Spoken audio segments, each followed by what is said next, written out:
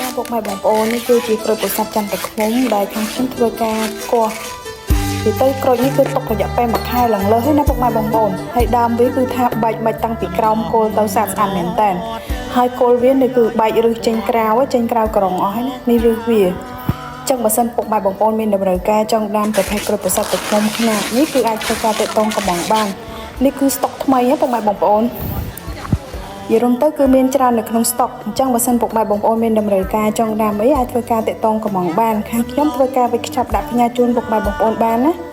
មិនថាពុកម៉ែបងប្អូនកំងមួយដើមឬក៏ពីរដើមដាំនៅមុខផ្ទះអីក៏ខាងខ្ញុំដាក់រៀបចំជូនដែរហើយដើមវាគឺវគ្គនេះគឺថាអត់ខ្ពស់ទេណាពុកម៉ែបងប្អូនដើមបែកតាំងពីគល់ទៅហ្មងគឺថាបែកវិលជុំស្អាតមែនតើដូចក្នុងរូបដែលពុកម៉ែបងប្អូនបានឃើញអញ្ចឹងសម្រាប់ពុកម៉ែបងប្អូនដែលមានតម្រូវការចង់ដាំប្រភេទដើមក្រូចប្រសាទពូជសុទ្ធតានេះពូជជូនពុកម៉ែបងប្អូនប្រភេទទឹកខ្មុំសុទ្ធអញ្ចឹងណានិយាយទៅប្រភេទដើមក្រូចអននេះគឺបែកមិនពីក្រោមទៅអញ្ចឹងដើមវាគឺអត់ខ្ពស់ឲ្យពុកម៉ែបងប្អូនដើមទាបហើយពេលផ្លែទៅគឺថាឈោងបេះនឹងដៃបានអញ្ចឹងណាហើយក្រូចក្នុងស្តុកគឺថាមានច្រើនមែនតើសម្រាប់ពុកម៉ែបងប្អូនចង់ដាំអីអាចធ្វើការឆាតចូលពេកសួរប្រមានបន្ថែមបានបងប្អូនអាចធ្វើការកំងមិនថាមួយដើមពីរដើមឬក៏ច្រើនបើសិនពុកម៉ែបងប្អូនកំងច្រើនតម្លៃកាន់តែធូរអញ្ចឹងណាហើយក៏អរគុណពុកម៉ែបងប្អូនមែនតើតែងតែជួយជែកនឹងកំងខាងនេះបងប្អូនអញ្ចឹងណា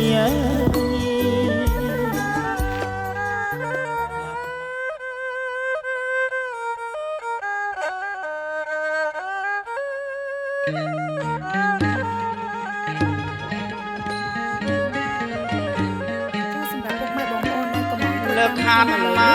យអបួងសួងថ្វាយបុត្រហមរងនឹកគុណមេត្តាបិតា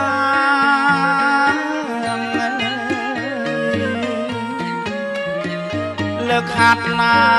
យអបួងសួងថ្វាយបុត្រហមរងនឹកគុណមេត្តាបិតា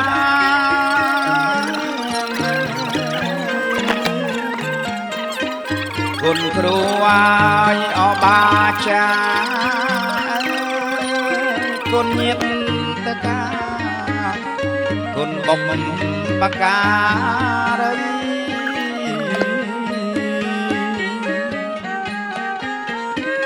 គុណកែវអាយអត់ទាំង3អង្គព្រះចិនស្រី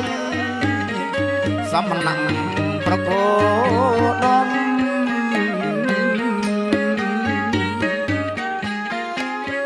សូមអញ្ជើញឲ្យស្ដេចគ្រូតូចប្រគុណគ្រូអាអញ្ជើញអគ្រូធំ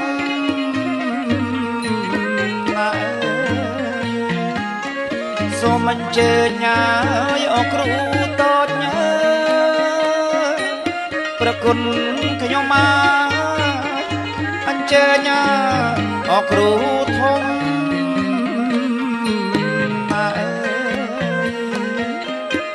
គ្រូពេជ្រស្ដាច់អាឋាន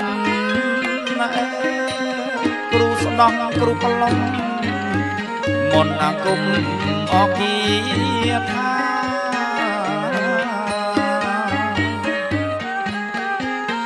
គ្រូសំណុំ